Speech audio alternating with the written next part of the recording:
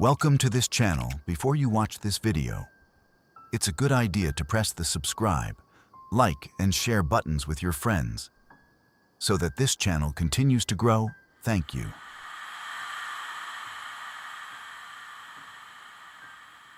I am not someone who does online dating. I want to say that up front because I think it matters for understanding how out of character all of this was for me. I am 31 years old. I work a desk job at a mid-sized accounting firm. I live alone in a 2-bedroom apartment in a city that is big enough to feel anonymous, but not so big that you cannot find parking. I am ordinary in almost every way. I had been single for about 2 years after a long relationship ended, and my friends had been quietly and then not so quietly pushing me toward dating apps for most of those 2 years. I finally made an account in January, at about 6 weeks before Valentine's Day. I told myself the timing was coincidental, but it probably was not.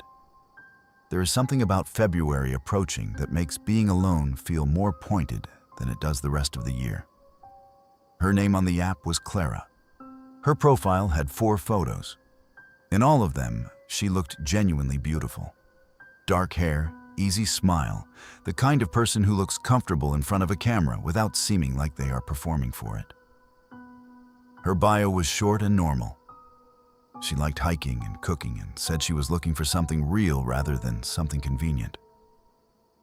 That last phrase stuck with me. Something real rather than something convenient. It sounded like someone who had been through enough to know the difference. We matched on a Tuesday evening. She messaged first, which surprised me. A simple opener, something about one of my profile photos where I was standing outside a restaurant I liked. She asked if I had been there recently and said she had been meaning to try it. Normal conversation starter. I wrote back and we talked for 3 days straight. Long messages. The kind where you keep meaning to wrap up and then think of one more thing to say. By Friday, we had moved to texting. By the following Tuesday, she had suggested meeting in person.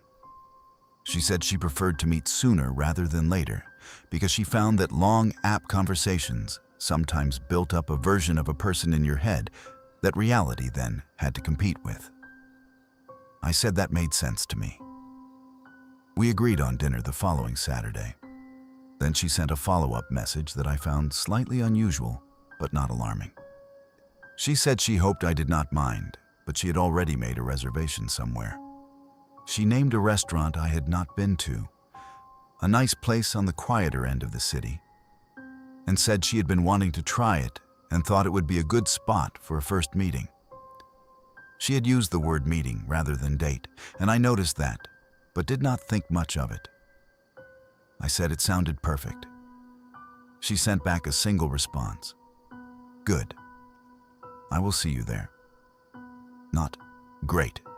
Looking forward to it, or me too, or any of the small warm phrases people use to close out a conversation and signal positive feeling. Just good. And then nothing else until Saturday. I told myself she was probably just straightforward.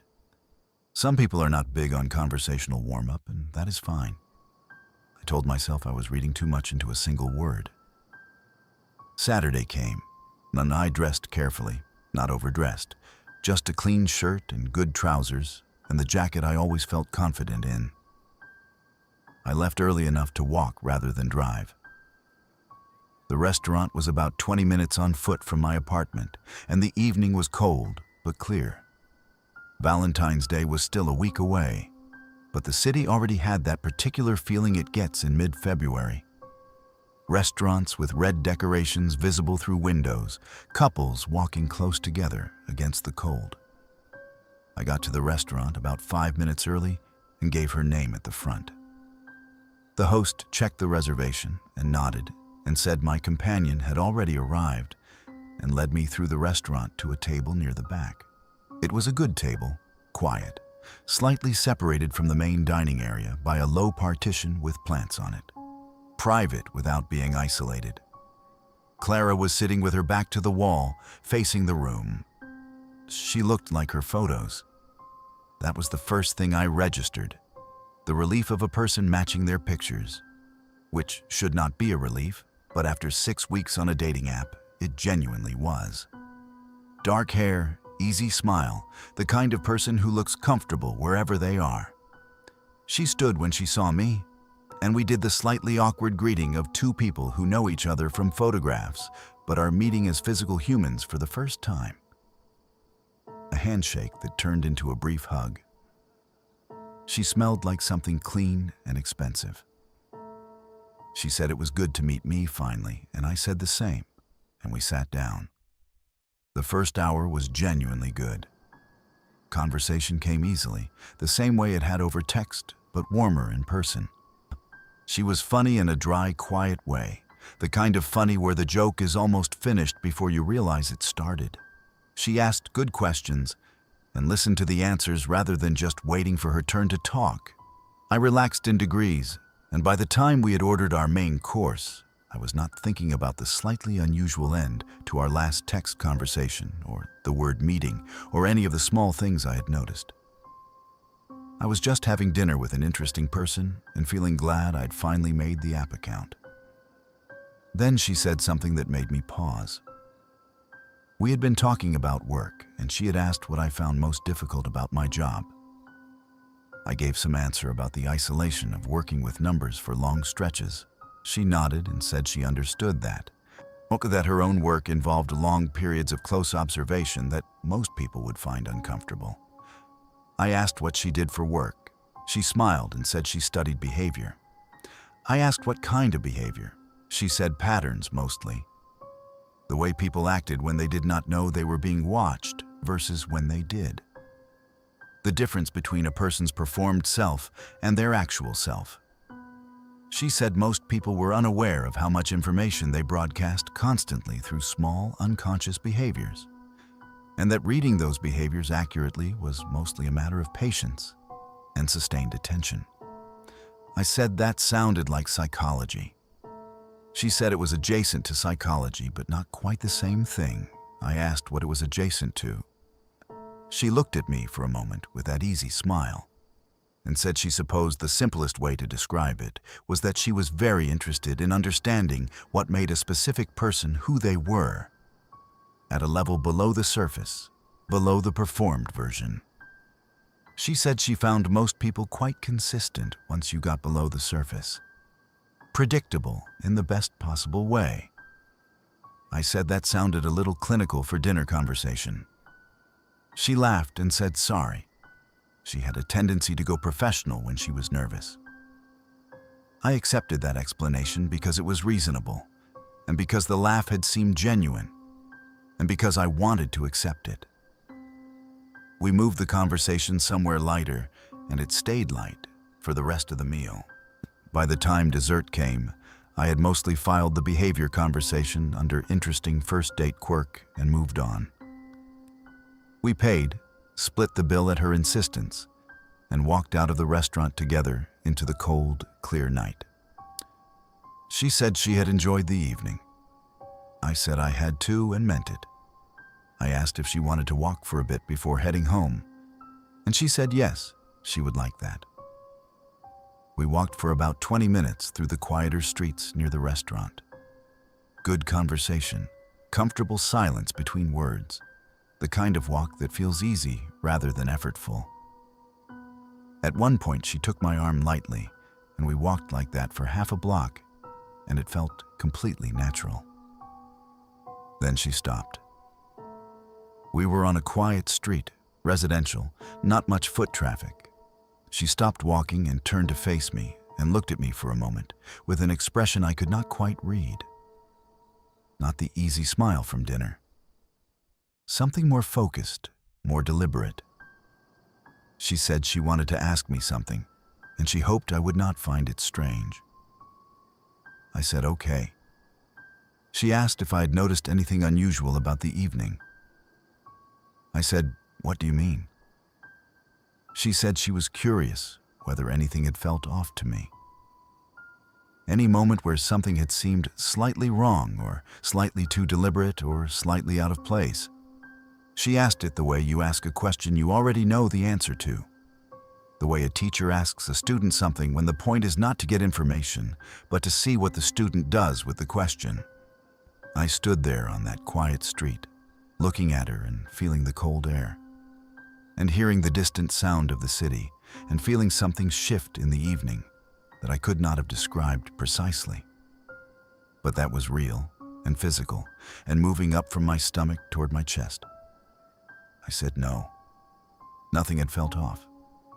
Everything had seemed normal. She looked at me for a moment longer. Then she smiled again, the easy dinner smile, and said good. She said she was glad.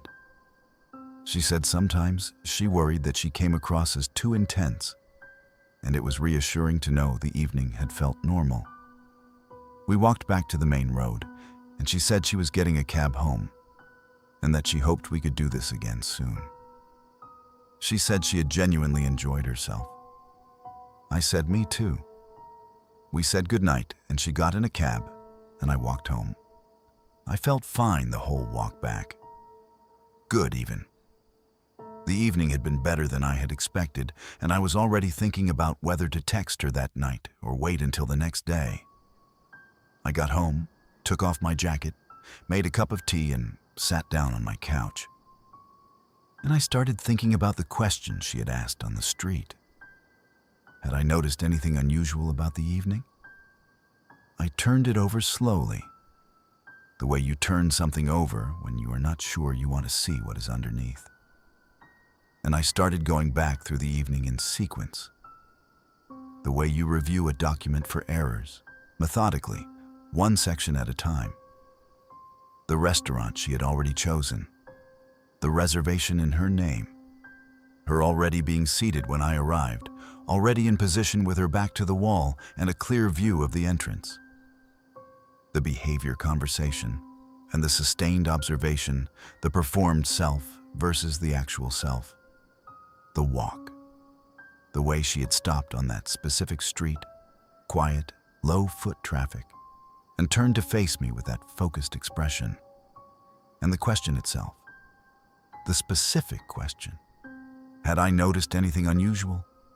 Not, did you have a good time? Not, was this what you expected? Not any of the normal ways you close out a first date. Had I noticed anything unusual? As if the evening had contained something unusual to notice. As if she had been watching to see whether I would catch it. I sat on my couch with my tea going cold, and I thought about what she had said she did for work. Studying behavior, patterns, the way people acted when they did not know they were being watched, the difference between a performed self and an actual self. I thought about the app, her profile, 4 photos, a short bio, a specific phrase that had stuck with me enough to remember it weeks later. Something real rather than something convenient.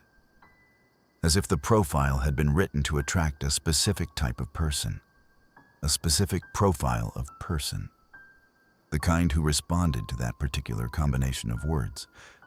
I thought about how she had messaged first, how the conversation had moved to texting quickly, how she had suggested meeting in person before the usual length of app conversation, and had given a reasonable explanation for that suggestion that I had accepted without much examination. I thought about her choosing the restaurant, choosing the table, being there first. I sat there for a long time. Then I picked up my phone and opened the app and went to her profile. It was gone, not deactivated in the normal way where the profile grays out.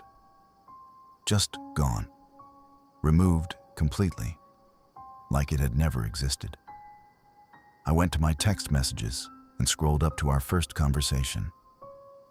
The messages were there, my side of them.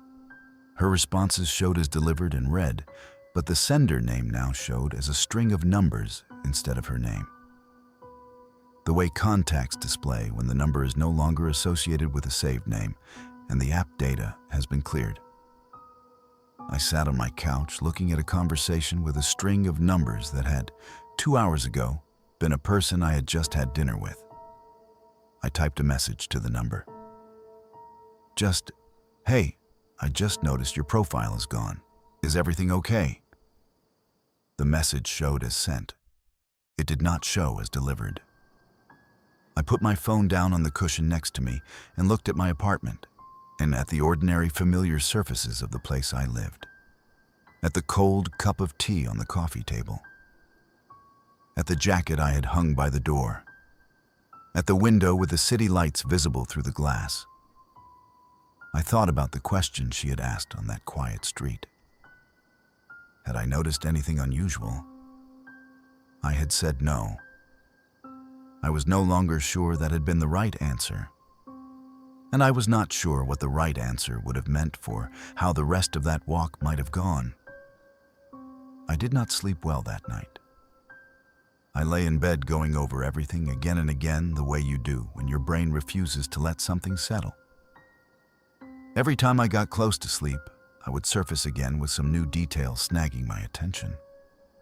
The way she had already been seated when I arrived. The specific street she had stopped on. The question itself, not the exact phrasing of it. Had I noticed anything unusual? Spoken with that focused expression that was so different from the easy dinner smile. By 2 a.m, I had convinced myself I was overreacting. She was an interesting person with an unusual job and an intense conversational style. And maybe she deleted her app profile because she had decided to stop dating apps after a good first date, which some people do. Maybe the message not delivering was a phone issue. Maybe all of it was exactly as ordinary as it looked on the surface, and I was constructing something sinister out of nothing because I had been alone for 2 years and was not used to people who were direct and self-possessed and did not perform warmth in the conventional ways. I told myself that, and I mostly believed it, and eventually I slept. Sunday was fine. I cleaned my apartment, went to the gym, called my mother, made pasta for dinner. Normal weekend. I checked my phone periodically throughout the day.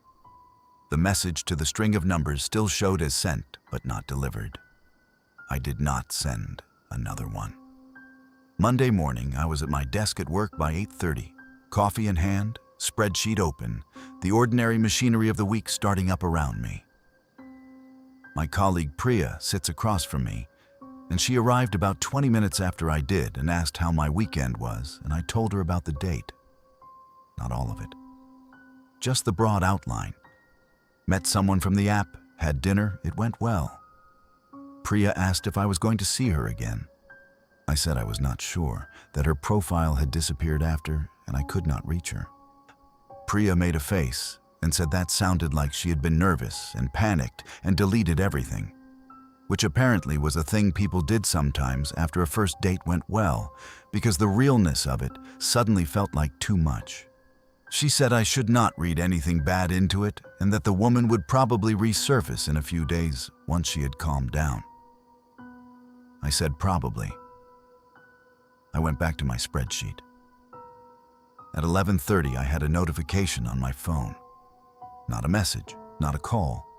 A notification from the dating app saying I had a new match. I opened it automatically, the way you open notifications without really deciding to. And the match was a profile I did not recognize. New photos, different name, the bio completely different in its wording. But the face in the photos was Clara. I sat very still at my desk, looking at my phone screen. Same face, same dark hair, same easy smile in every photo. The profile name was different, something simple and common that I am not going to write here because I do not think it matters. The bio was completely different in its wording but had the same quality of language, the same slightly deliberate phrasing. And at the end of it, a closing line that landed somewhere in my chest. Looking for someone who pays attention. I read it 3 times. Then I looked at the match notification again. The app tells you when you matched with someone. We had matched 4 minutes ago, which meant she had seen my profile and swiped on me 4 minutes ago, which meant she had been on the app 4 minutes ago on a new profile with new photos and a new name. I screenshot the profile. Then I went to send her a message, and the profile was gone. Same as before. Not grayed out. Just gone, completely. Within the time it took me to navigate from the matched notification to the messaging screen. Maybe 40 seconds.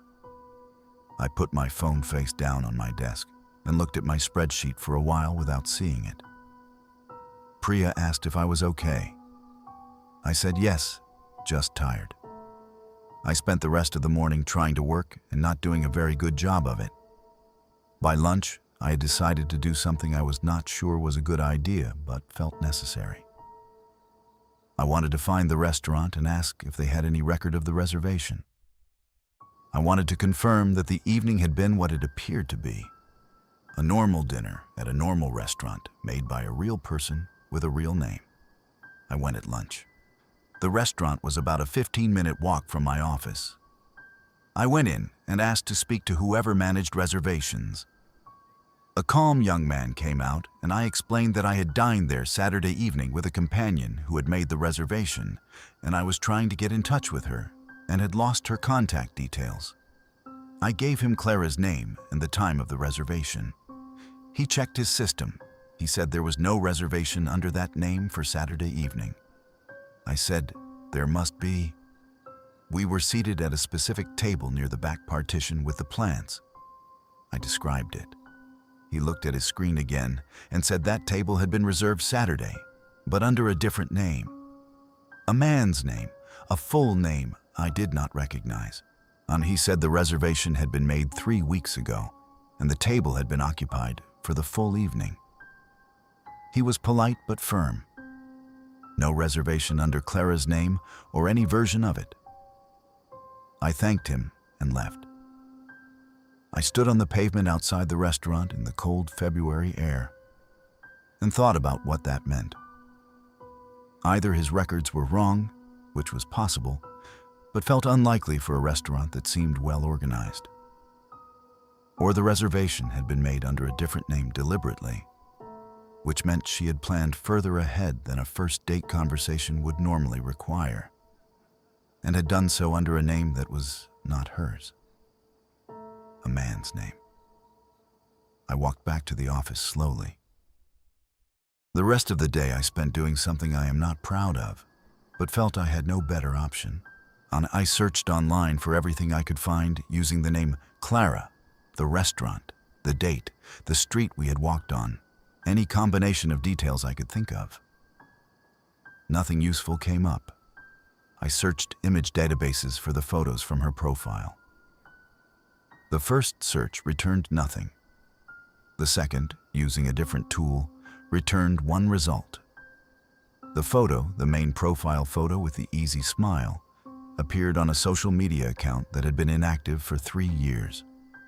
The account had no posts, no followers, no following. Just a profile picture and a name that was not Clara, and a location that was listed as a city 400 kilometers from where I lived.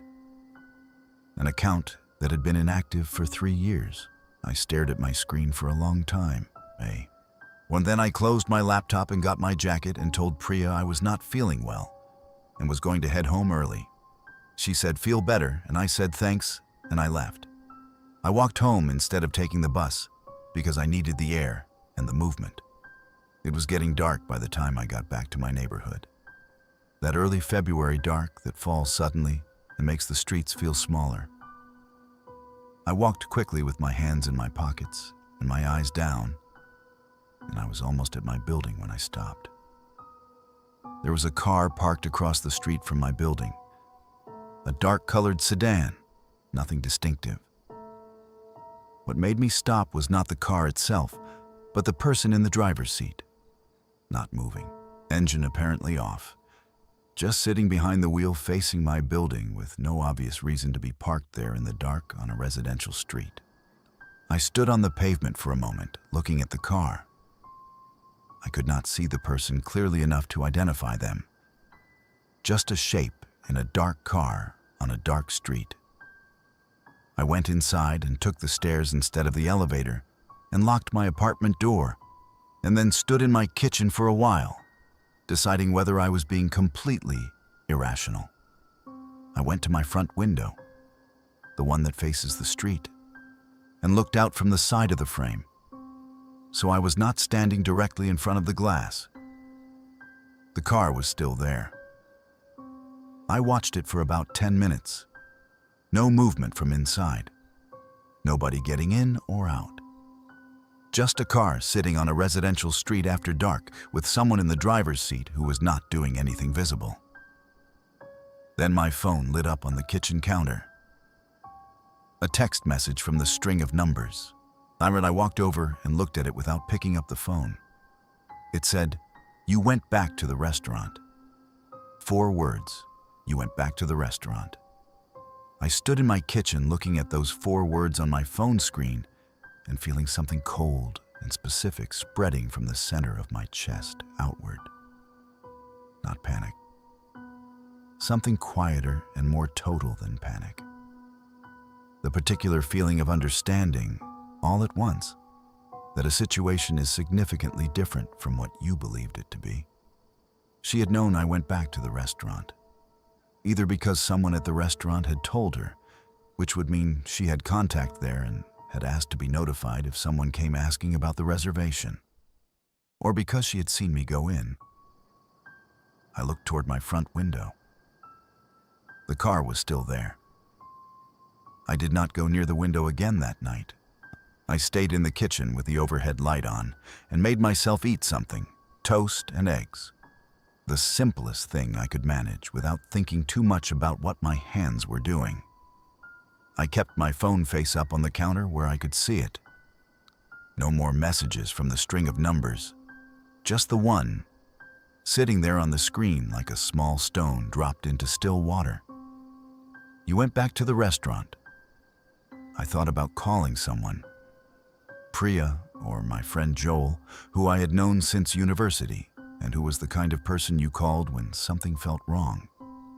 But I ran through the conversation in my head and could not find a version of it that did not sound from the outside. Like a man who had one slightly odd first date and was now constructing an elaborate interpretation of completely ordinary events. A woman deleted her dating profile. A restaurant reservation was under a different name. A car was parked on a street. A text message said 4 words. None of those things were nothing. But none of them were something I could hand to another person and say, "Look at this. This is serious. I need help." Not yet. I went to bed with my bedroom door closed and the hall light on and my phone on the nightstand with the volume up. I lay in the dark and listened to the building around me, the normal sounds of an apartment block at night, pipes, distant television, someone's door closing 2 floors up. Ordinary sounds. I cataloged them deliberately, the way you take inventory, so that anything outside the ordinary would register as contrast. Nothing outside the ordinary happened. I slept eventually. Shallow and fragmented. Amren woke up at 6:30 to gray winter light coming around the curtains. I went to the front window immediately and looked out. The car was gone. The street was normal, morning traffic beginning. A woman walking a dog along the pavement. A delivery truck pulled up outside the building, 2 doors down. I stood at the window for a full minute, making sure. Just an ordinary February morning street. I got ready for work and made coffee and sat at my kitchen table with my phone in front of me. I opened the message thread with the string of numbers and looked at it. You went back to the restaurant. Sent at 9:17 the previous evening. Still the only message since Saturday night. I typed a reply. I typed several different replies and deleted them all. Every version either sounded frightened or accusatory, and I did not want to be either of those things in writing. Eventually, I typed something neutral. I said I would like to talk, and that I thought there were some things worth clarifying. I sent it before I could change my mind. I watched the screen. Delivered. Still delivered and not read, when I left for work 20 minutes later. The day at work was difficult. I went through the motions of it, answered emails, sat in a meeting about quarterly projections, ate lunch at my desk. Priya asked how I was feeling, and I said better, thanks. I checked my phone under the desk every 20 minutes or so. The message stayed on, delivered. At 3 in the afternoon, I got a different notification. Not a message, an email. The address it came from was a string of random characters at a generic email domain, the kind of address a person creates in 30 seconds with no identifying information. The subject line was blank. I almost deleted it without opening it. I opened it. The body of the email was 3 sentences. It said, "You are asking the wrong questions." It said, "The reservation, the profile, the photos, none of those are what you should be thinking about." It said, "Think about who suggested you download the app in the first place." I read it 3 times. Then I sat back in my chair and thought about that. Who had suggested I download the app? My friends had been pushing me toward dating apps for 2 years. Priya had mentioned it a few times. Joel had sent me a link to a specific app once with a message saying half his friend group had met people on it. My mother had said something about it at Christmas, in the way mothers say things at Christmas that you file under ambient pressure and ignore. But none of those were what came to mind when I read that sentence. What came to mind was a specific evening about 8 weeks ago. I had been out for drinks with a group of people, a loosely connected social gathering at a bar. The kind of event where you know the host and maybe 2 other people, and spend the evening meeting strangers. I had ended up talking for a long time with a woman I had not met before. Friendly, easy to talk to, the kind of person who makes conversation feel effortless. At some point, the topic of being single had come up, and she had been enthusiastic about a specific dating app. Not in a general way, but specifically. She had named it directly and said she knew people who had met serious partners through it and that I should try it. I had downloaded it 2 days later. I had not thought about that conversation since.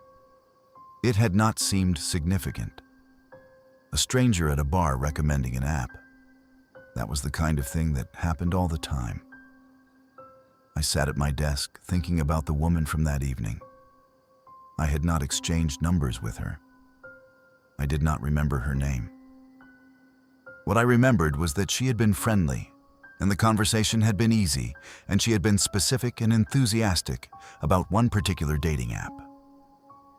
I thought about Clara, the easy manner, the way conversation felt effortless, the sense of someone who was very comfortable and very deliberate at the same time. And I thought about whether I would recognize a person I had met briefly 8 weeks ago in a dimly lit bar if I encountered her again with different hair and a different context. I was not sure I would. I opened my email and replied to the blank subject address. I said I was thinking about what you said, and I had a question. I asked if we had met before the app. The reply came in 4 minutes. It said, "We have been meeting for longer than you know." I stared at that sentence for a long time. Then I typed back and asked what that meant. No reply came. I sat at my desk for the rest of the afternoon, in a state that was not quite fear and not quite calm, but somewhere in the narrow, uncomfortable space between them. The kind of state where everything feels slightly more textured than usual. East, where small, ordinary things press against your attention with more insistence than they should. The sound of Priya typing, the color of the light coming through the office windows, the weight of my phone in my pocket when I stood up to get water. I left work at 5 and walked home. I took a different route than usual, not because I had a specific reason to. Just because I wanted to move through streets I had not walked that morning and see whether anything felt different. I was paying attention to everything around me in a way I normally did not. The way you pay attention when you have been told something is hidden in a familiar image, and you cannot yet find what it is. I was 3 blocks from my apartment when I saw the car again. Different street, different parking spot, same dark-colored sedan. I stopped walking and looked at it. I was far enough away that I could not see the person inside clearly. But there was a person inside. Same stillness as the night before. I changed direction and walked an extra block around and came to my building from a different angle. I did not look back to see if the car moved. I went inside and took the stairs and locked my door. I called Joel. I told him most of it. Not the emails, not the theory about the woman at the bar, just the date itself and the disappearing profile and the text message and the car. He was quiet through most of it, and when I finished, he asked a few practical questions. Was I sure it was the same car? Had I taken any photos of it? Did I have any actual identifying information about the woman? I said no to all of them. He said he thought I should document everything I could going forward. Write it down. Must take photos. Keep a record. He said it was probably explainable, but that having a record was always better than not having one. He asked if I wanted him to come over, and I said no. I was fine. I just needed to say it out loud to someone. He said to call him if anything else happened.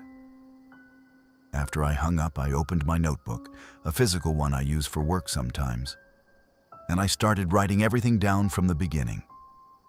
The app, the match, the messages, the date, the reservation, the profile disappearing, the photos on the inactive social media account, the car, the text message, the emails.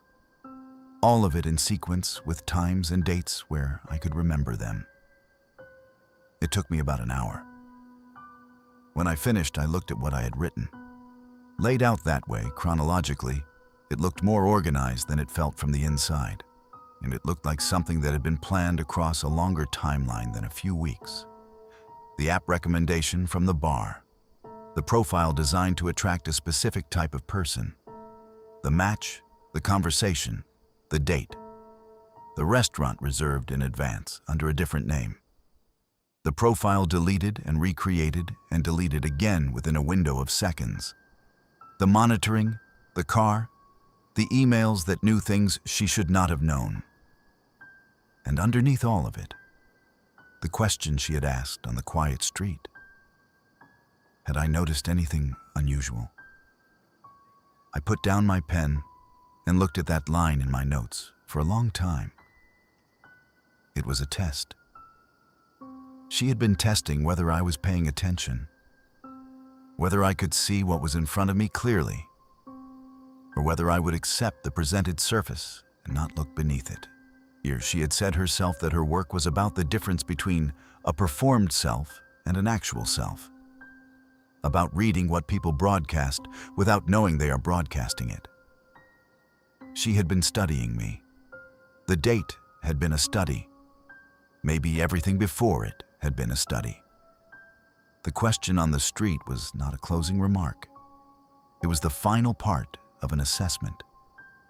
And my answer, that I had not noticed anything unusual, had told her something specific about what I was and was not paying attention to. I thought about her reply to that answer. She'd smiled and said good. Good, not in a warm way. In the way you say good when a result confirms something you already expected.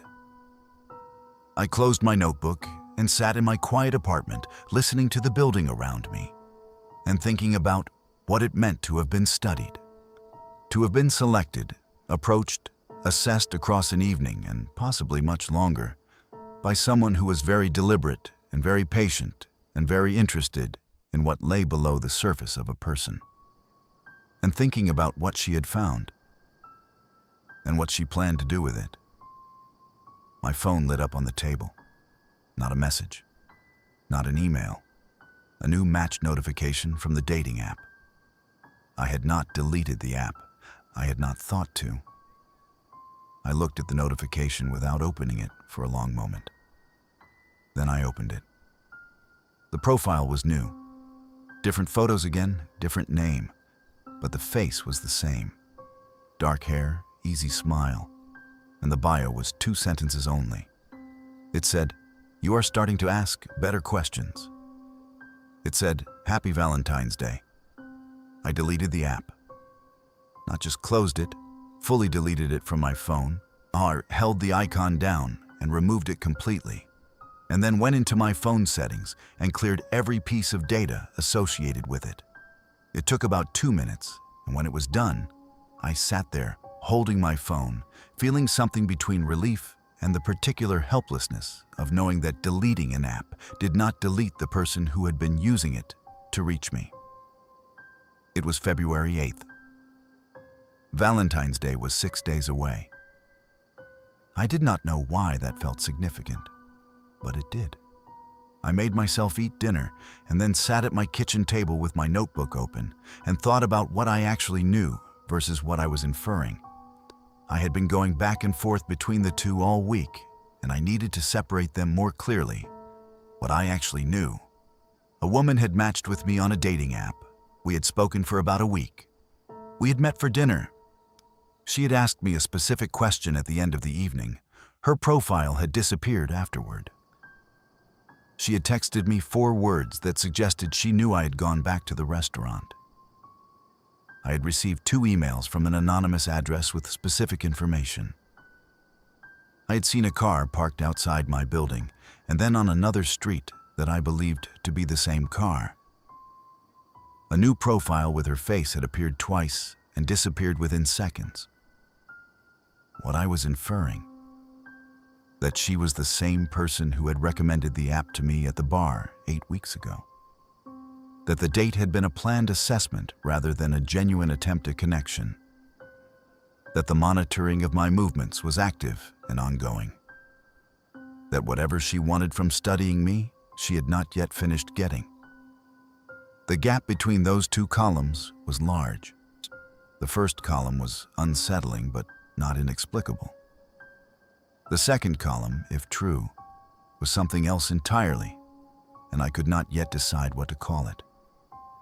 I went back to the email address and sent one more message. I said I had deleted the app, and I would appreciate it if she would tell me directly what was happening. I said I was not angry, and I was not going to involve anyone else, and I just wanted to understand. I sent it and waited. The reply came 40 minutes later. It was longer than the previous ones. I am going to write it out as close to exactly as I can remember because I have read it so many times since that I think I have it close to word for word. It said, "You are not in any danger." It said she understood that everything about this situation felt threatening, and she was not surprised by that, and she was sorry for it.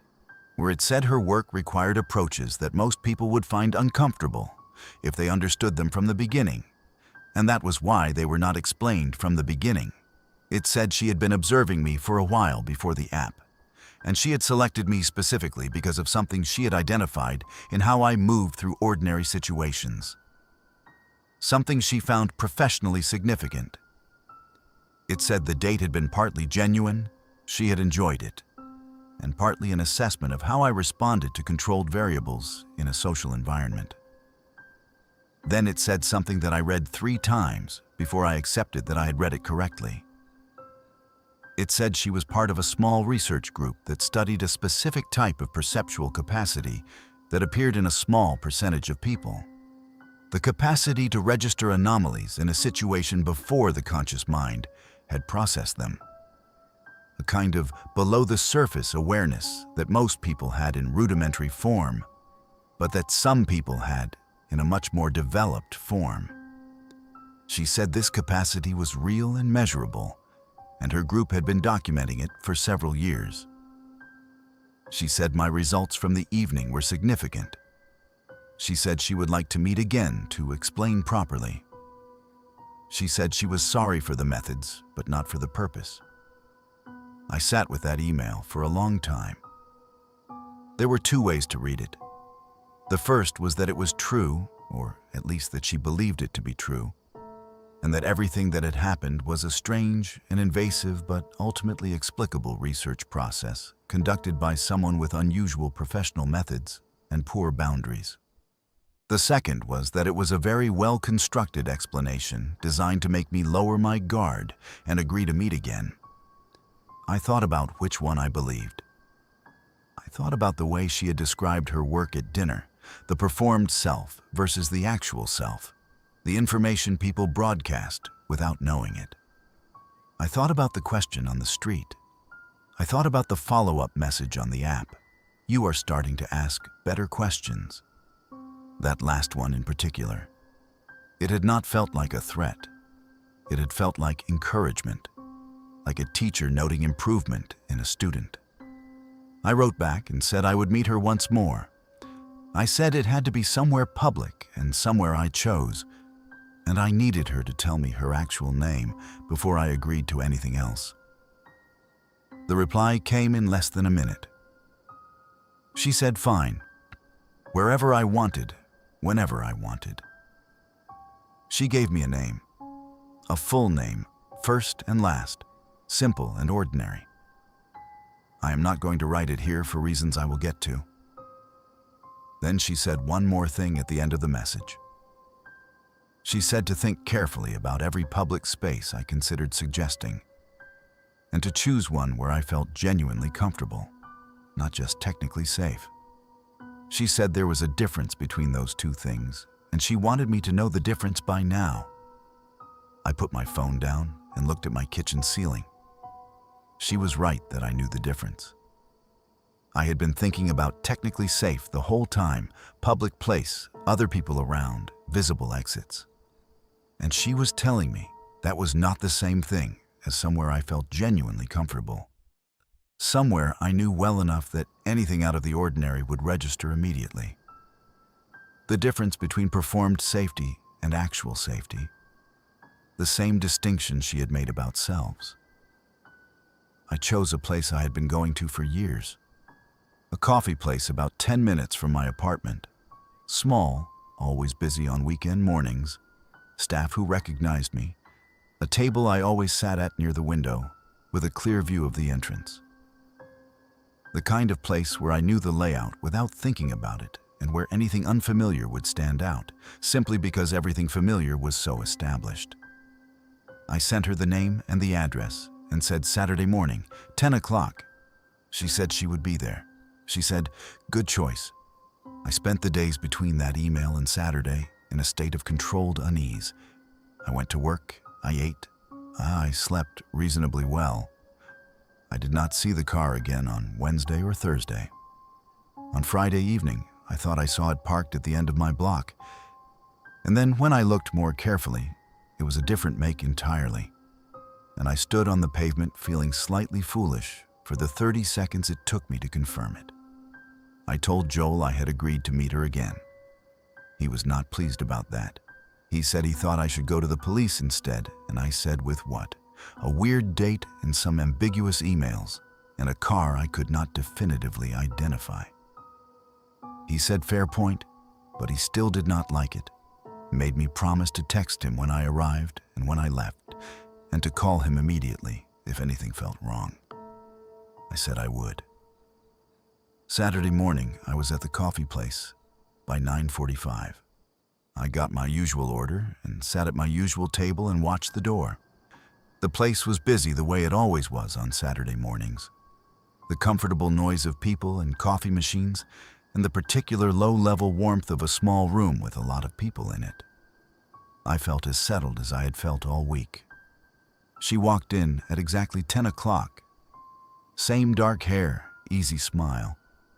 She was dressed differently from the restaurant, more casual, a coat and scarf, and the particular unself-consciousness of someone who was not dressing to be seen, but simply to be warm.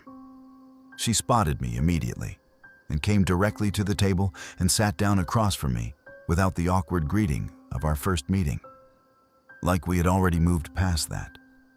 She ordered coffee when the server came over, And then she looked at me across the table and said, "You chose well."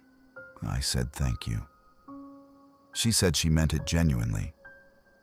She said most people, when told to choose somewhere they felt comfortable, defaulted to somewhere they thought projected confidence, a nice bar, a busy restaurant, somewhere with a certain kind of status.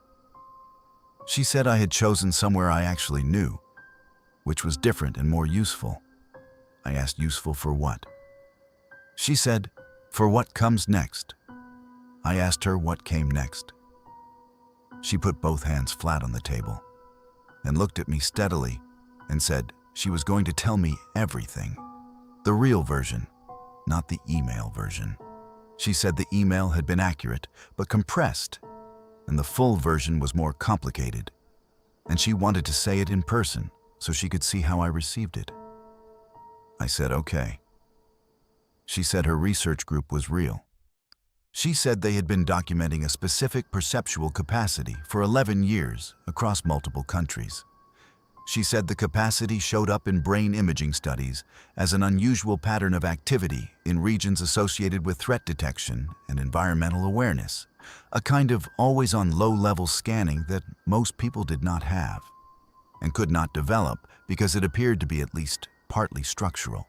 She said I had scored higher on their preliminary assessment than anyone they had encountered in 3 years. I looked at her across the table.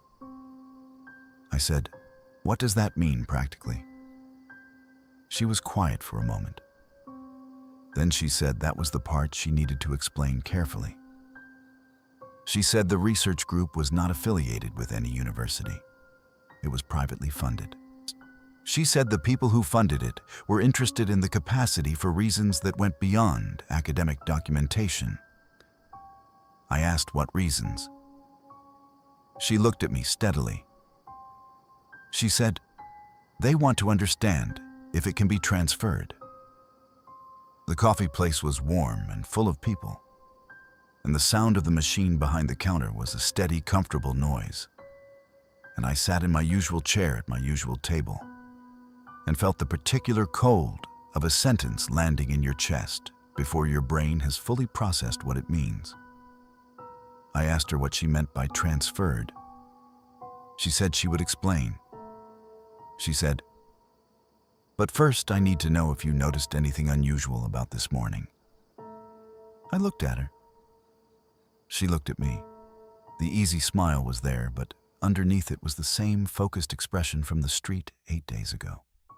I thought about the walk to the coffee place, the familiar streets, the usual route, the comfortable automatic navigation of a path I had walked hundreds of times.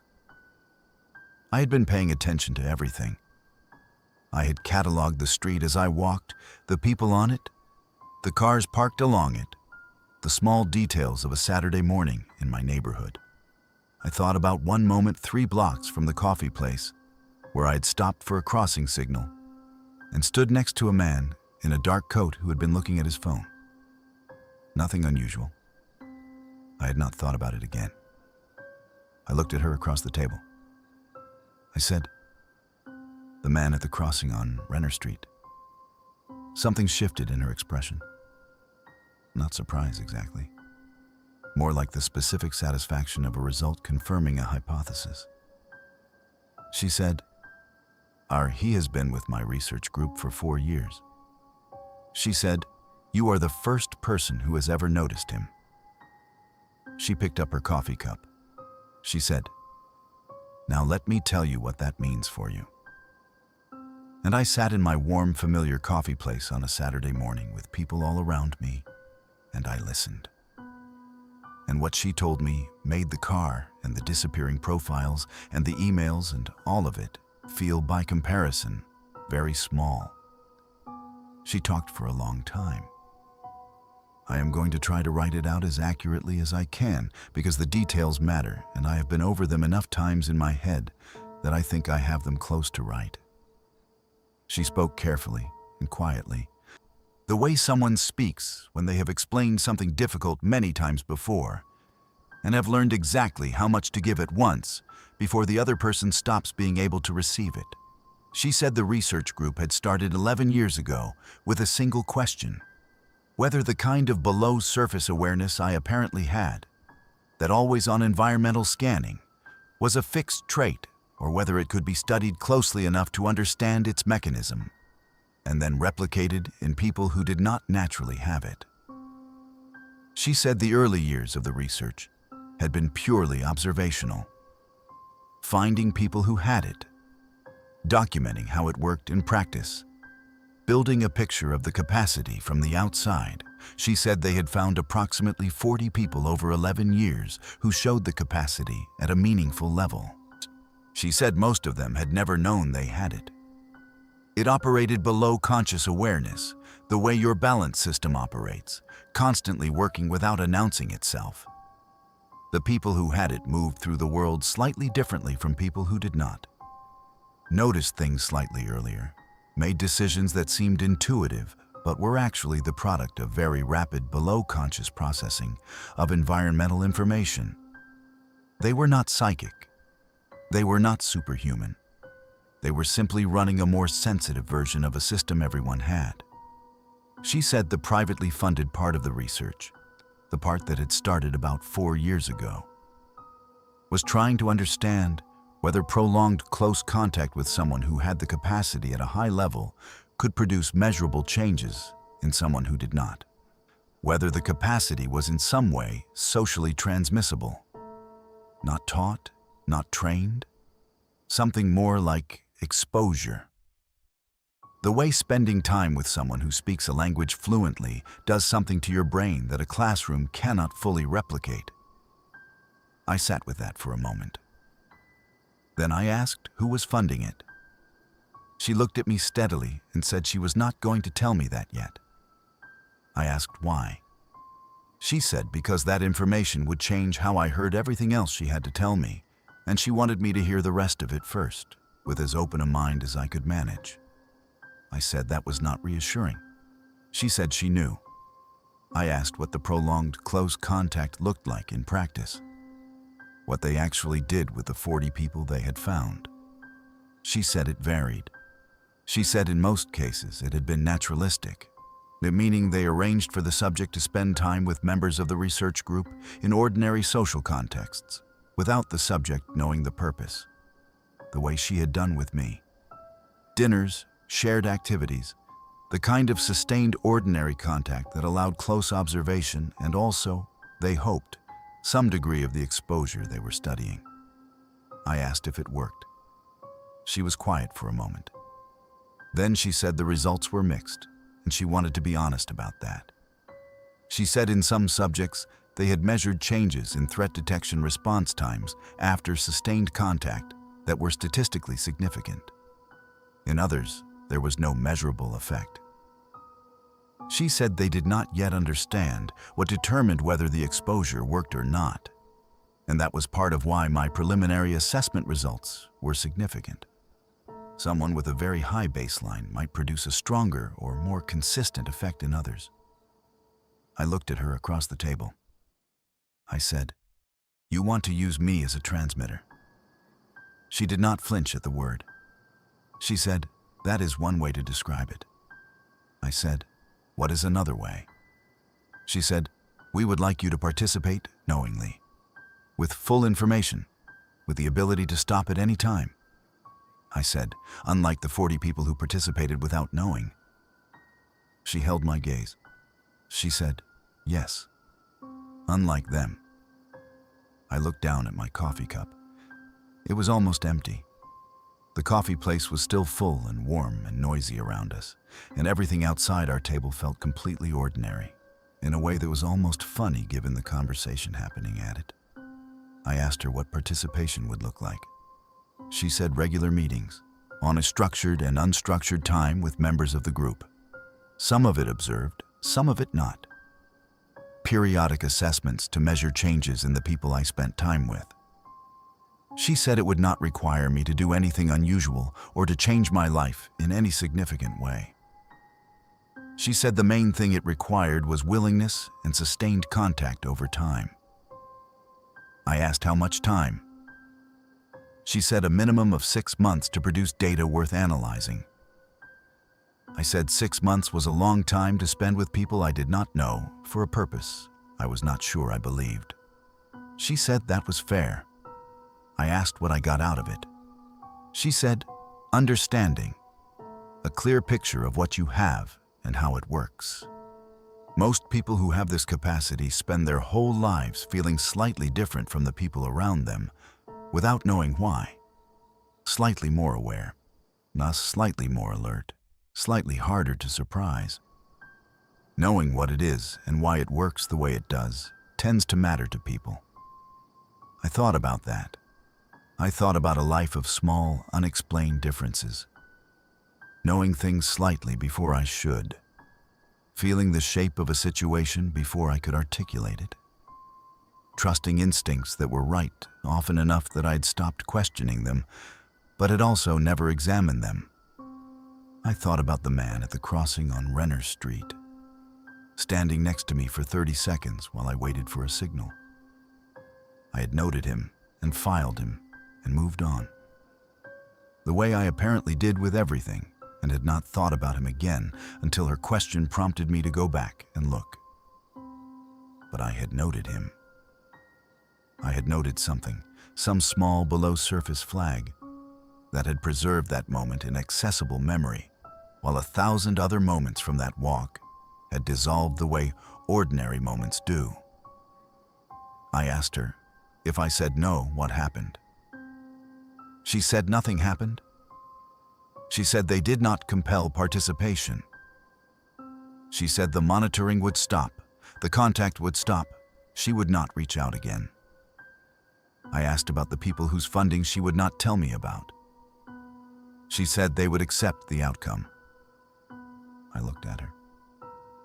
I said, would they? She held my gaze for a moment longer than felt comfortable. Then she said, I believe so. I noticed the specific word she had used. Believe. Not yes. Not certainly. Believe. I sat with that. I asked her one more question before I said anything else. I asked her about Valentine's Day. About the happy Valentine's Day at the end of the last app message. Why that specifically? She looked slightly surprised by the question, the first time she had looked surprised about anything. She said, because Valentine's Day is when we typically make our approach. First dates, first meetings. The cultural framing makes it easier. People's defenses are slightly lowered around romantic possibility. It is a practical consideration. I said, you do this every year. She said the group identified 2 or 3 candidates a year on average. I thought about 40 people over 11 years. 2 or 3 a year. All of them going on first dates around Valentine's Day with members of a research group they had no idea existed. Eating dinner in restaurants reserved in advance under different names. Being walked down quiet streets and asked if they had noticed anything unusual. I thought about how many of them had said no. I thought about what it meant that I had said no, and she had said good in that specific, flat, satisfied way. I thought about the email that said I was asking better questions now. I said, the question on the street. On our first date, when you asked if I had noticed anything unusual. You already knew the answer before I gave it. She said yes. I said, you knew I had noticed things. You knew from the assessment. You just wanted to see whether I would say so. She said yes, I said, and I said no. I said nothing felt off. She said yes. I said, why did you say good when I said that? She looked at me, and for the first time in 2 conversations, the easy smile was entirely gone. What was underneath it was harder to read. Not cold, not unkind. Something more like the expression of someone who had been doing difficult work for a long time and had learned to hold its weight without showing it. She said, because it meant you were managing it. Not suppressing it, not missing it. Managing it. Noticing and choosing not to show that you had noticed. That is not something most people do. Most people either miss things or react to them. The management of perception is a different skill, and it is rarer than the perception itself. She said, "That is what made your results significant." I sat there in my warm, familiar coffee place and looked at this woman who had constructed an elaborate approach over multiple weeks and possibly months to sit across a table from me and tell me that the thing I had been doing quietly my whole life, without knowing I was doing it, was not only real, but was something other people wanted to be near in the hope that some of it would transfer to them. I did not know what to say for a long moment. Then I said, "I need to think about it." She said, "Of course." I said, "I need more than a week." She said, "Take the time you need." I said, "I want the name of the funding organization before I decide." She was quiet for a moment. Then she took a small card from her coat pocket and put it on the table and pushed it toward me. Plain, white card, a name printed on it, nothing else. A name I did not recognize. I picked it up and looked at it and put it in my pocket. She said, "Look it up, then decide." We sat for a few more minutes without talking. Then she stood and put on her coat and wound her scarf and said it had been good to see me again, and she meant that genuinely, and she hoped I would be in touch. She left. I sat at my table by the window and watched her walk past on the pavement outside and disappear around the corner. Then I took out my phone and texted Joel. I said I was fine, the meeting was done, I would call him later. He replied immediately with a string of questions, and I said later, "I promise, I am fine." I took the card out of my pocket and looked at the name on it again. Then I opened my phone browser and typed it in. The first result was a news article from 3 years ago. I am not going to write the name of the organization here. I am not going to describe what the article said in detail. I will say that it was not a university research group. I will say that the funding sources described in the article were not academic or charitable. I will say that the article used words like acquisition and strategic application in ways that had nothing to do with publishing research in journals. I sat at my table in my warm coffee place and read the article twice. Then I sat quietly for a long time looking out the window at the ordinary Saturday morning street. She had said the people funding the research would accept it if I said no. She had said she believed so. I thought about that word again. Believe. I thought about 40 people over 11 years who had participated without knowing. I thought about what strategic application meant when the thing being applied was a perceptual capacity that lets you see things other people missed. I thought about what it would mean to say yes. I thought about what it would mean to say no. I thought about whether those were actually the only two options, or whether the framing of the choice itself was something I should be examining more carefully. I left the coffee place and walked home on a different route than I had taken to get there. I paid attention to everything.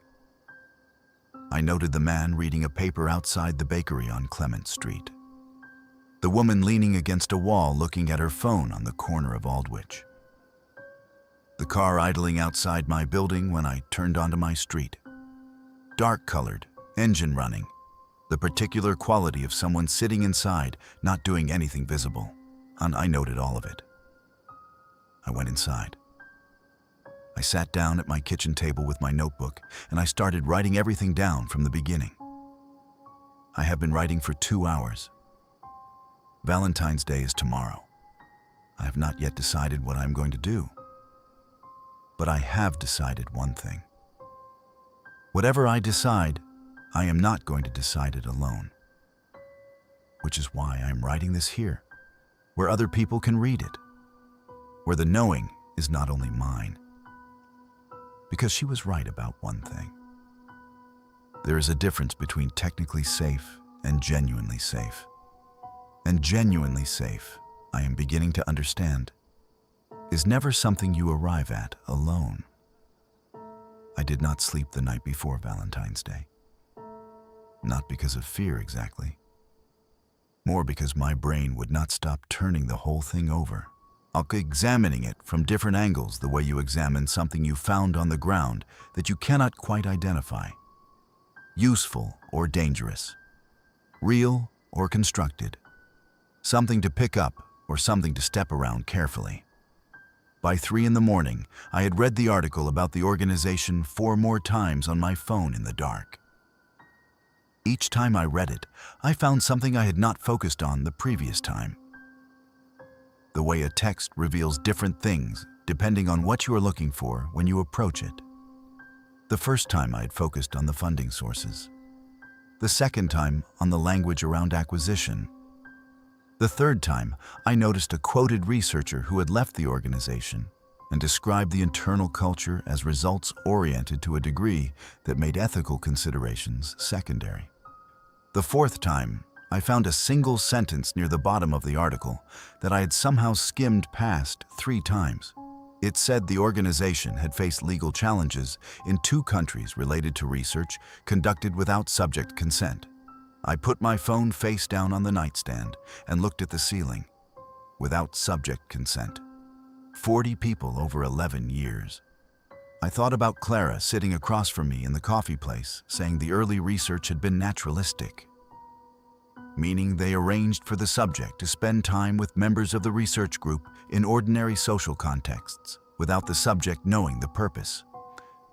She had said it calmly, and I had absorbed it calmly because the whole conversation had been conducted in such a measured and reasonable tone that the unreasonable parts of it had gone down smoothly, without the subject knowing the purpose. I was one of the 40. Except I had been told. Except she had said the approach with me was different because my results were significant enough that they wanted willing participation. I thought about whether being told made me more cooperative or more useful. I thought about whether those were the same thing. I got up at 5:30 and made coffee and sat at my kitchen table with my notebook open to the pages I had written the previous day.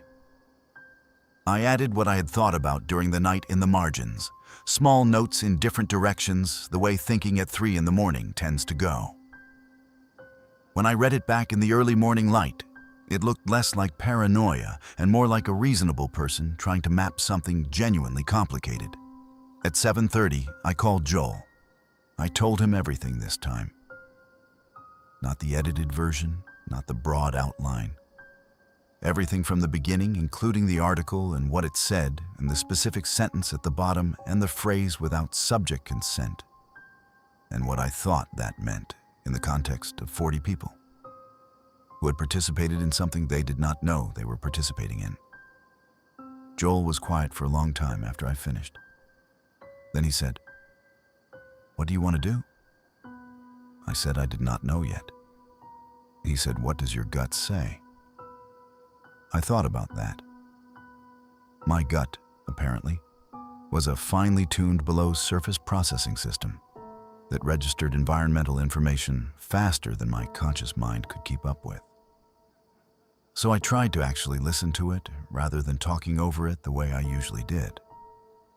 I said, "My gut says the research might be real.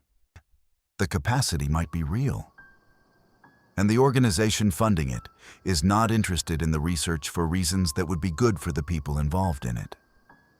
Joel said that sounded like an answer to him. I said, "The problem is that if I say no and walk away, I never find out if what she told me about the capacity is true. I never understand the thing I apparently have." Joel said, "You have been not understanding it your whole life, and you have been fine." I said, "Have I?" He was quiet again. Then he said, "What does that mean?" I said I had been thinking about it all night, about what it meant to move through your whole life running a system you did not know you had, noticing things you did not know you were noticing, trusting instincts you could not explain.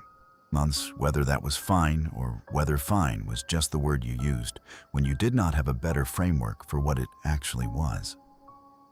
Joel said I was getting philosophical at 7:30 in the morning, and he was not sure that was healthy. I said, probably not. He said whatever I decided, he would come with me if I needed to meet her again. He said I should not meet her alone a third time, regardless of what I decided. I said, okay. I said I would let him know. I hung up and sat with my coffee going cold and looked out the kitchen window at the February morning. It was Valentine's Day. The sky was the flat, pale gray of a winter day that was not going to get dramatically better or worse. Just sit at a steady, mild, unimpressive temperature and let the day happen. I thought about her saying the cultural framing of Valentine's Day made people's defenses slightly lower around romantic possibility.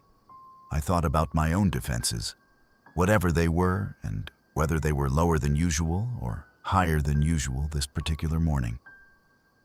I decided to write to her. Not to say yes and not to say no. To ask one more question. The question I had been circling around for 2 days without quite landing on. I opened the email thread and typed carefully. I said I had looked up the organization. I said I had found the article, and I had read it, including the sentence at the bottom. I said I wanted to ask her one question before I made any decision, and I wanted an honest answer. I said, the 40 people in the research over 11 years, the ones who participated without knowing, what happened to them afterward? Not during the research. After. I sent it. I waited. The reply took longer than the previous ones. Almost 2 hours. I had showered and eaten and made a second coffee and was sitting at my desk attempting to do some weekend work when it came. It was the longest email she had sent. She said she was going to answer the question honestly because she thought I deserved an honest answer, and because she thought I would probably find out anyway if I kept asking questions the way I had been asking them. She said the outcomes for the 40 varied significantly. She said the majority of them were fine, continued their lives without notable change, some of them aware that something unusual had happened during a particular period, most of them not even that. She said for most people the research contact had been limited and the effect, if any, was minimal, and they had moved on without incident. She said a smaller number had experienced more significant effects. I read the next part of the email very carefully. She said that in subjects where the exposure appeared to have produced measurable changes in perceptual processing, there had in some cases been complications. She said the word complications, in a way that I could tell, was chosen deliberately to be neutral, and I was going to have to read past the neutrality. She said some of these individuals had experienced what she described as a period of perceptual adjustment, where their newly sensitized awareness had outpaced their ability to integrate it. She said this manifested differently in different people. In some, it was a period of heightened anxiety or hypervigilance that resolved over time. In others, it was more sustained. I typed back immediately and asked what more sustained meant. She replied within 5 minutes. She said 2 of the 40 had required clinical support for what had been diagnosed as a perceptual processing disorder. She said both of them had eventually stabilized. She said eventually was doing significant work in that sentence, and she wanted to be transparent about that. I sat at my desk on Valentine's Day morning reading emails from a woman who had taken me on a date as part of a research assessment, funded by an organization with legal challenges in 2 countries for conducting research without consent. And I thought about 2 people out of 40 who had required clinical support for a perceptual processing disorder and had eventually stabilized. I thought about the word eventually. I typed back and said thank you for the honest answer. She replied and said she knew it was not easy information to receive. I said, I have one more question. She said, ask it. I said, why me specifically? Out of however many people you screened to find 40 over 11 years, what made me significant enough to approach differently? To tell instead of just observe. The reply took about 20 minutes. She said she had been thinking about how to answer that honestly since before the first date. She said the preliminary assessment, the metrics they used to identify and evaluate candidates, had produced a score for me that did not fit their existing framework, not higher on the existing scale, outside it. She said the system they had developed over 11 years for measuring the capacity did not have a category for what my assessment showed. She said in 11 years of research, they had not encountered that before. She said the people funding the research had wanted to proceed the same way they always proceeded. Naturalistic contact, observation, no disclosure. She said she had disagreed. She said she had argued that approaching someone whose results were that unusual without disclosure was not only ethically wrong, but practically unwise, because someone with that level of perceptual processing would likely become aware of the research at some point, regardless, and an aware and uninformed subject was a more complicated situation than an aware and informed one. She said she had been overruled. She said she had proceeded with disclosure anyway.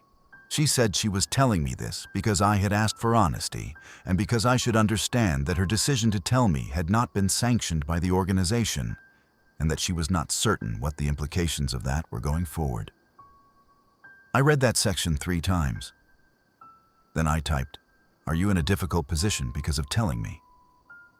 She said, "Yes." She said, "Probably." I said, "Why did you do it anyway?" She was quiet for a long time, long enough that I thought she might not reply. Then she said, "Because of what your results showed." She said, someone with that level of awareness deserved to know what it was. She said, "I would want to know." I sat at my kitchen table on Valentine's Day and looked at that sentence. I would want to know. Not a research justification. Not a strategic calculation. Just a person saying what they would want for themselves and deciding that was reason enough to extend it to someone else. I thought about that for a long time. Then I thought about the organization, about the funding sources, about acquisition and strategic application and legal challenges in 2 countries, about 2 people who had required clinical support and had eventually stabilized. I thought about what it meant that she had told me against instructions. I thought about what would happen to the next person they found, the next candidate they screened and assessed and took on a Valentine's date to a restaurant reserved in advance under a different name. Whether they would be told, whether they would be one of the majority who continued their lives without notable change, or one of the smaller number with more significant effects. I opened a new email to her and typed for about 10 minutes. I said I was not going to participate in the research. I said I was not going to report anything to anyone because I did not think that would help and I was not certain what it would set in motion. I said I was going to write everything down publicly, not with her name or the organization's name, just the shape of it, the experience of it, so that if anyone else encountered something similar, they would have a reference point. They would know the question on the quiet street. They would know what it felt like to be assessed without knowing. They would have something to measure their experience against. I said she could try to stop me from doing that if she wanted to. I said I did not think she would. I sent it. Her reply came in 3 minutes. It said, "No, I will not try to stop you." It said, "For what it is worth, I think you made the right decision." It said, "Be careful." 2 words at the end. Be careful. Not in the way you say it as a casual goodbye. In the way you say it when you mean it specifically, and you want the other person to understand that you mean it specifically. I wrote back and asked, "Careful of what?" She did not reply. I waited an hour and she did not reply. I have been waiting for 3 days now and she has not replied. I have written everything down and I have posted it here. I do not know what being careful means in this context. I do not know what the organization does when a candidate declines and the researcher who made the approach has deviated from protocol. I do not know what strategic application looks like when the thing they wanted is no longer cooperating. What I know is that I noticed the man at the crossing on Renner Street. And I know that since I started writing this publicly, I have been paying attention to everything around me more deliberately than I ever have before. Which is saying something given how much I was apparently already paying attention without knowing it. And I know that 3 days ago, the day after I sent the final email, I walked past the crossing on Renner Street on my way to the coffee place, and I stopped. There was no one standing at the crossing, but there was a small mark on the wall beside it. Chalk, or something like chalk. A small symbol I did not recognize, about the size of a coin, at exactly the height a person's hand would rest if they were leaning against the wall waiting for a signal. I stood there looking at it for a long time. I took a photo of it. I do not know what it means. I do not know if it was there before and I had never noticed it, or if it appeared recently. I do not know if noticing it is the capacity working the way it should, or the capacity working in a way that is starting to outpace my ability to integrate it. I am thinking about that second possibility more than I am comfortable admitting. I am thinking about the word eventually. I am thinking about it a lot. Happy Valentine's Day. Be careful out there. 4 days after I posted page 6, someone sent me a photo. No message with it. No explanation. Just a photo attached to an email from another string of random characters. A different address from the one Clara had used, sent at 2:14 in the morning on a Thursday. I almost did not open the attachment. I have a general rule about attachments from unknown senders, and this violated every part of it. I opened it anyway. It was a photo of me, standing at the crossing on Renner Street, looking at the mark on the wall, taken from behind and slightly to the left, far enough away that whoever took it had a long lens or a very good phone camera. The angle suggested they had been across the street and elevated, maybe a second-floor window or a low balcony. In the photo, my head was tilted slightly the way it tilts when I'm looking carefully at something. My hands were in my jacket pockets. You could not see my face, but you did not need to. I knew it was me the way you know yourself in any photo. The specific shape of your own shoulders, your own posture, the particular way you stand when you are not thinking about standing. I looked at the photo for a long time. Then I looked at the metadata. The timestamp on the photo was the same day I had been at the crossing, within the window of time I had been there. It was not archival. It was not old. Someone had been there that day, in position, with a camera pointed at the crossing, and had taken this photo while I was standing there looking at a chalk mark on a wall. I thought about the man at the crossing. The one Clara had confirmed was part of her research group. She had said he had been with the group for 4 years. I thought about whether he was still stationed there, or whether someone else was, or whether the crossing on Renner Street had become something in my daily geography that other people were more interested in than I had understood. I forwarded the photo to Joel with a message that said, "This was sent to me anonymously this morning." He called me within 10 minutes. I could hear from his voice that he had been asleep and I had woken him up, and he did not care about either of those things. He said, "This is not okay." I said I knew. He said, "This is actually not okay. This is something you should take somewhere." I said, "Take where? To who?" He was quiet for a moment. I said, "I have an anonymous email, a photo taken without my knowledge, and a chalk mark on a wall. The email before it came from an address that no longer exists, and the person who sent it never responded after her last message. I have no documentation of anything that would support the rest of the story, and the rest of the story sounds like something a person who is not doing well would say. Joel said, "You are doing well." I said, "I know that. But I am not sure it would read that way from the outside." He was quiet again. Then he said he was coming over, and I said it was 2:30 in the morning, and he said he was aware of that.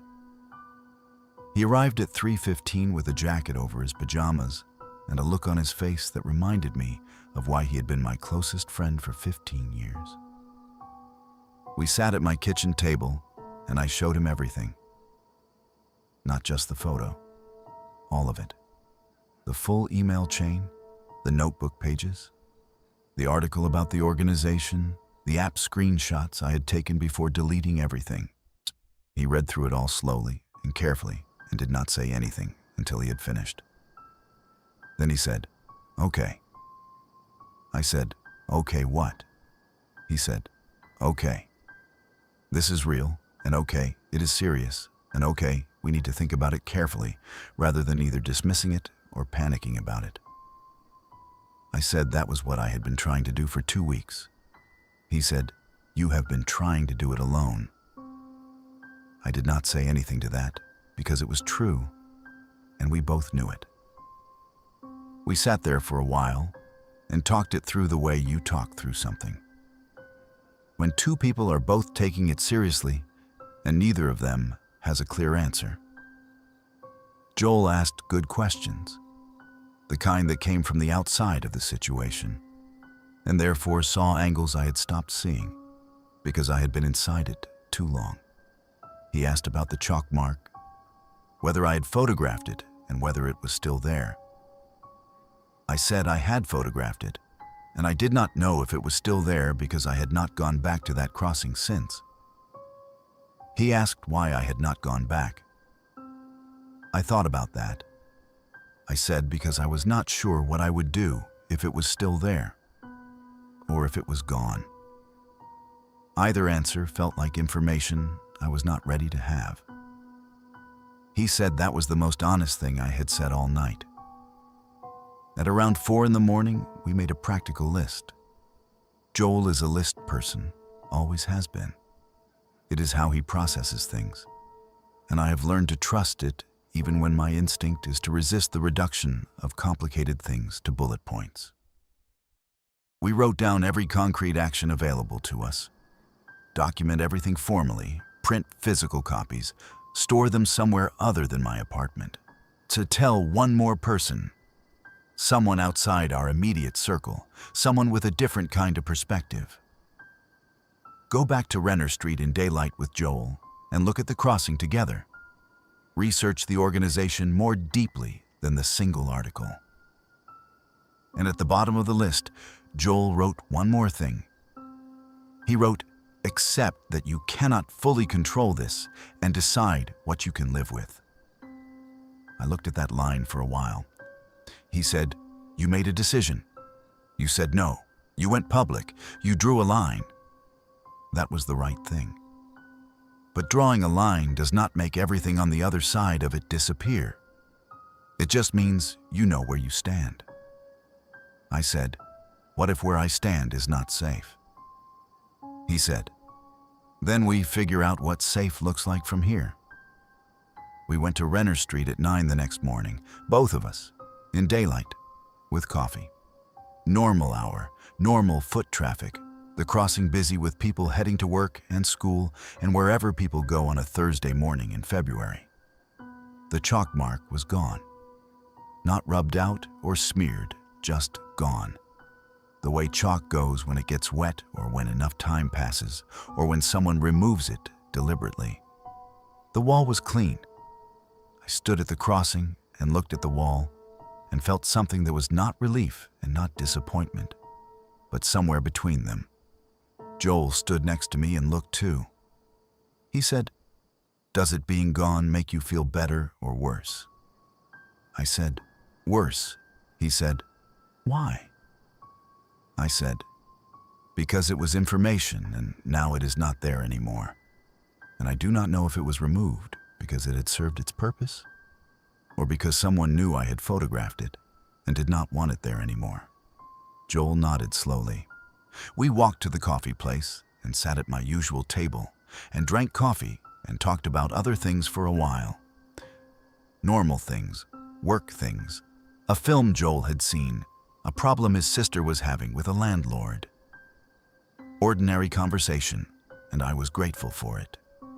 In a specific way, I would not have been 2 weeks ago, before all of this, when ordinary conversation was just ordinary.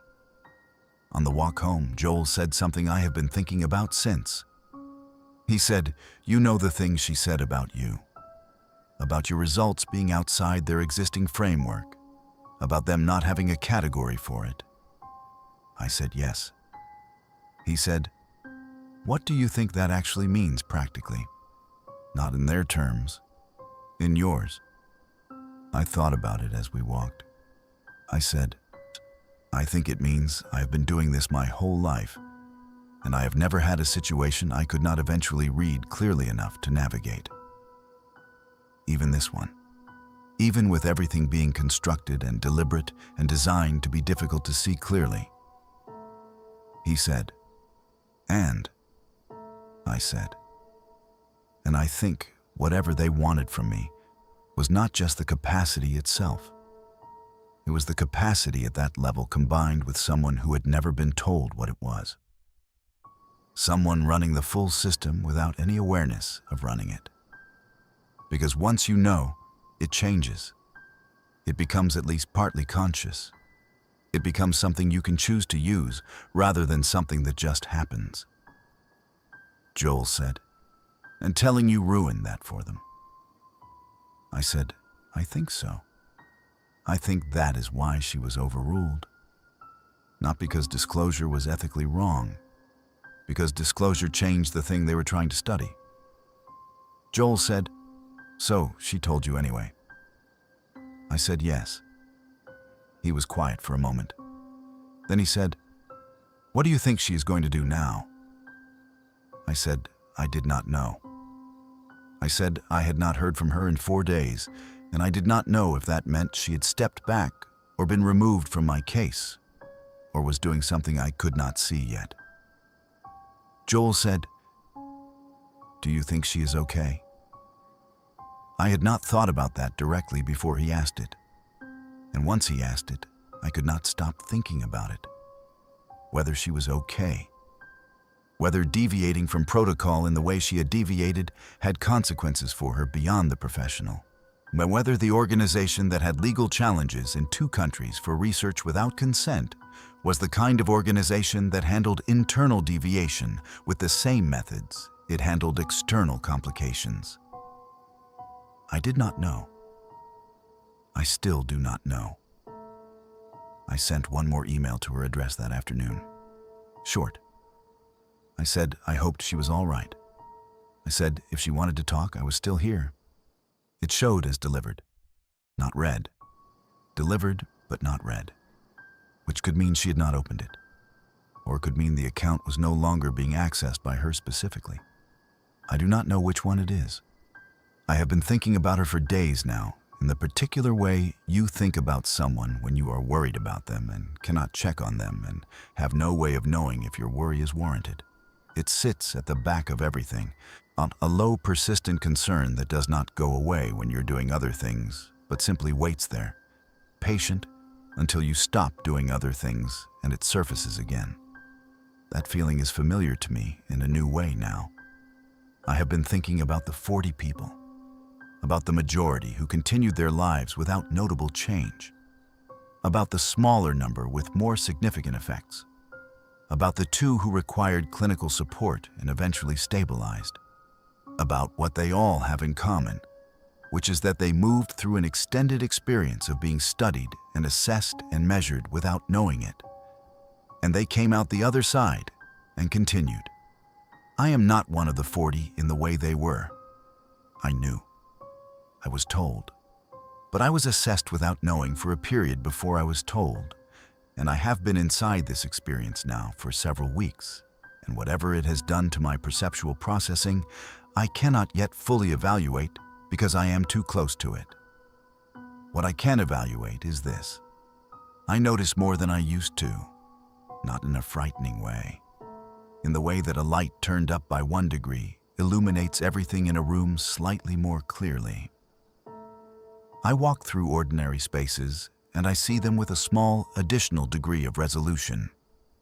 The man reading a paper who is on the same corner 3 days in a row. The car that is parked outside 2 different places I visit in the same week.